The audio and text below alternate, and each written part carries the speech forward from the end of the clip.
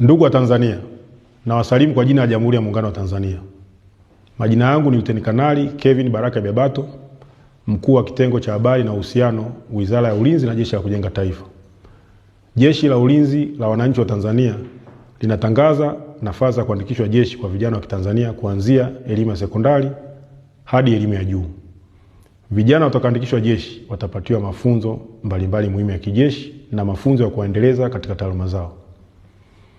Ndugu wa Tanzania, zifuatazo ni sifa za muombaji. Vijana wa Kitanzania wenye nia ya kuandikishwa jeshi wanatakiwa kuwa na sifa zifuatazo: awe raia wa Tanzania wa kuzaliwa, awe na umri ifuatavyo: usiozidi miaka 25 kwa elimu ya kidato cha 4 na kidato cha 6, usiozidi miaka 28 kwa elimu ya juu, awe na afya nzuri na akili timamu, mwenye tabia na nidhamu nzuri, hajapatikana na hatia ya makosa ya jinai mahakamani au kufungwa, awe na cheti halisi cha kuzaliwa, original birth certificate, na vyeti vya shule, academic and school living certificate, awe hajatumikia jeshi la polisi, magereza, chuo cha mafunzo, kikosi maalum cha kuzuia magendo au chombo kingine chochote cha ulinzi na usalama, awe amehitimu mafunzo ya Jeshi la Kujenga Taifa kwa mkataba wa kujitolea miaka 2 na mujibu wa sheria na kutunikiwa cheti. Ndugu wa Tanzania, utaratibu wa kutuma maombi ni kama ifuatavyo.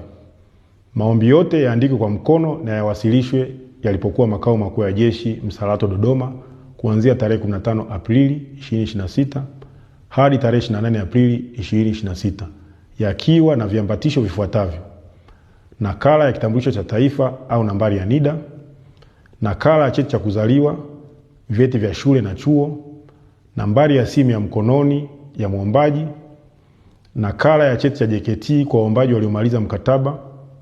Aidha, vijana waliopo kwenye makambi ya JKT hawahusiki na tangazo hili.